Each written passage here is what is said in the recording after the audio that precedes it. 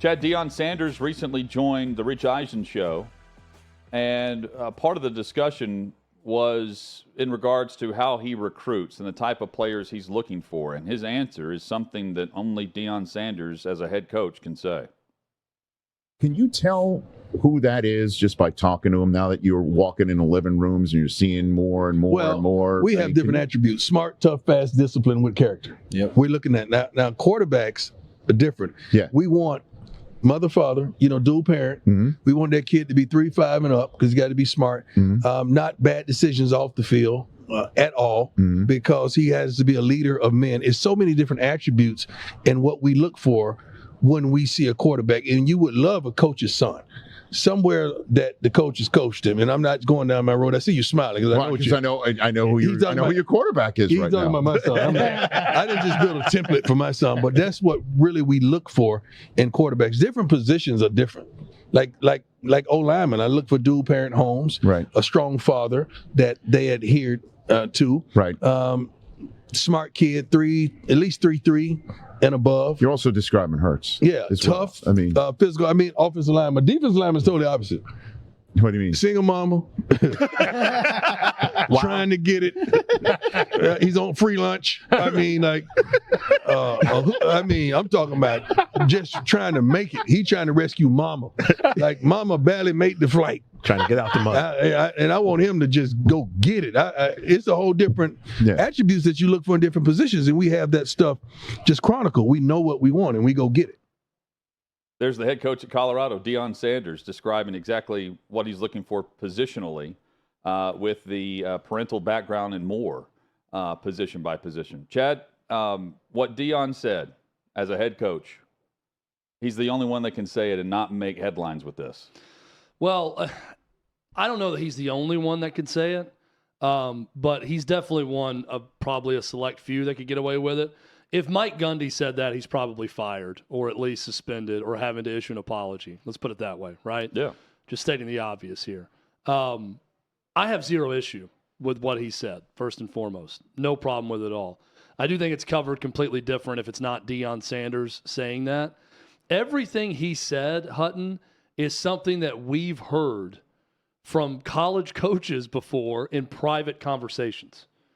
You're looking for different things, different family backgrounds based on position, right? I've had a college coach tell me, if you don't have 7 to 15 guys on your team, that you got to keep a thumb over them because you're worried about what they may be up to. Yeah, rough around the edges. Because they're wired that way, then you're probably not going to win a national championship.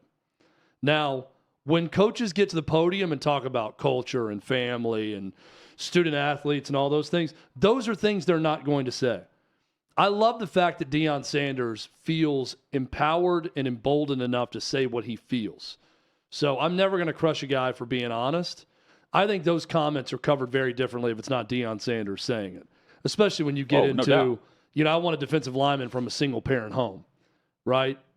Those are things normally said in private that aren't said in public. Yeah, Bob Costas is going to join Jake Tapper and discuss it on CNN. Yeah. If it's someone else. Absolutely. I agree with that. So anyway, I've heard that many different ways from other college coaches. It's obviously going to be covered differently if it's not Deion Sanders. I had a college coach once tell me, and I wrote the quote down. Again, this is off the record. But they said, when you're looking for a pass rusher, you're looking for someone who may have had to stab someone for a meal before.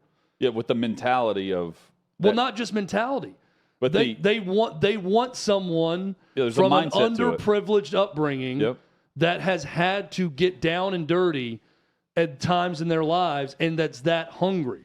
It's talking more about a hunger that you're looking for in a position. You don't want people in certain positions that are fat and happy or comfortable.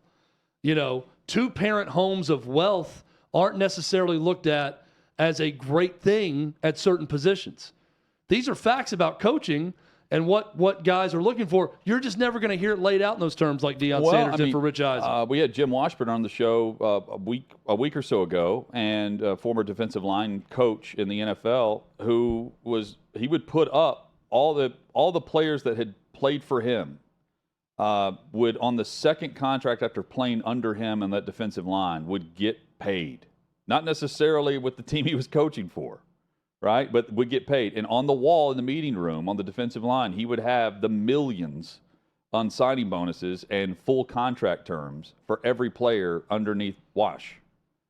And Hainsworth has told us that was a huge motivating factor for him sitting in that room. He got it from Washington, not Tennessee. But every day you went in that room, you saw the guys that got the bag and made it rain. They didn't do that in the offensive line room. No. I mean, it's just a different mentality. We talked about it with Eric Bieniemy.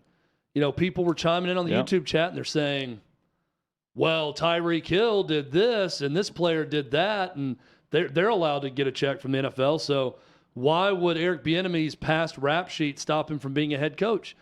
Because you're looking for different things from the head coach than you are the wide receiver or the pass rusher or the offensive guard or the defensive tackle, as opposed to what you're looking for the quarterback, even from a play standpoint, or what you're looking for from the quality control assistant coach. Mm-hmm. These are all different job responsibilities, and those in charge of employing people, they're looking for different qualities in all of those. It's not fair. It's not always equal. It's reality. You're looking at different things, and you're assessing things differently. If your franchise quarterback gets in trouble with the law, that's a way bigger indictment on their ability to lead, as opposed to the star pass rusher getting in trouble with the law. Or Alvin Kamara, who we're talking about now, who's on camera beating a guy on the ground with his buddies. If Alvin Kamara is the quarterback of the Saints or the head coach, it's different. Doesn't make the crime any less severe, doesn't make the victim any better off, but it's different for different jobs. It's really not that hard to figure out. But I feel like it has to come with an explanation, because people too often want to make everything the exact same for every position. It's not. Deion Sanders is sitting there. He's describing his son when he talks about quarterback. Oh, for sure. And Rich Eisen smartly put that out, right? Yep. Yeah, you're describing your son right now. But he's also being honest about if they had the perfect, quarterback, that's what they're looking for. Now, if Deion Sanders has a shot at a 5-star quarterback that's raised only by his mom, that doesn't know his dad, is he going to pass on him? If he thinks he's a good kid and a great quarterback? Probably not. He's just giving you the ideal scenario for what they want. You'll make exceptions. This is not him saying, I'm not going to offer a scholarship to someone that was underprivileged enough to have a one-parent home. He's not saying that. He's saying this is what we're looking for ideally.